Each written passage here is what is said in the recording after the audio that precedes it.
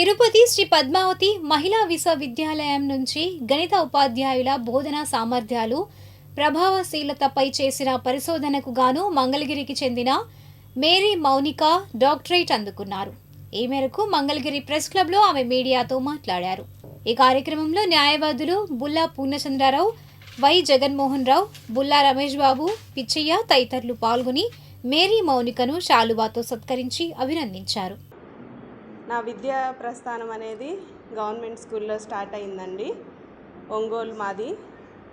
ఒంగోలులో గవర్నమెంట్ స్కూల్లో నా విద్యాభ్యాసం మొదలుపెట్టాను. తర్వాత 10th ఏబిఎం హై స్కూల్లో కంప్లీట్ చేశాను. తర్వాత ఇంటర్ వచ్చేసి ఉమామహేశ్వర జూనియర్ కాలేజీలో కంప్లీట్ చేయడం జరిగింది.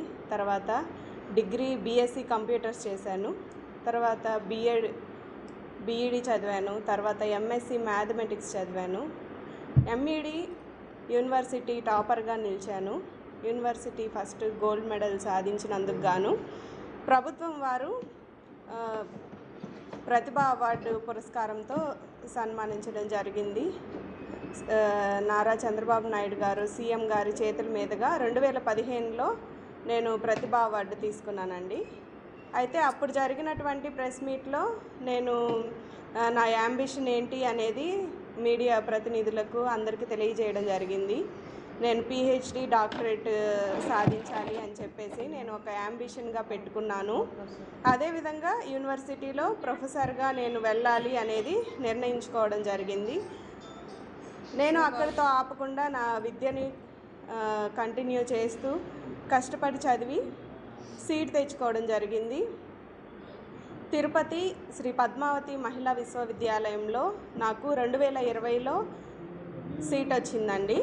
పిహెచ్డిలో సీట్ వచ్చాక నేను అక్కడ 2020 జూన్ 6వ తేదీన రిజిస్టర్ అయ్యాను రీసెర్చ్ స్కాలర్గా.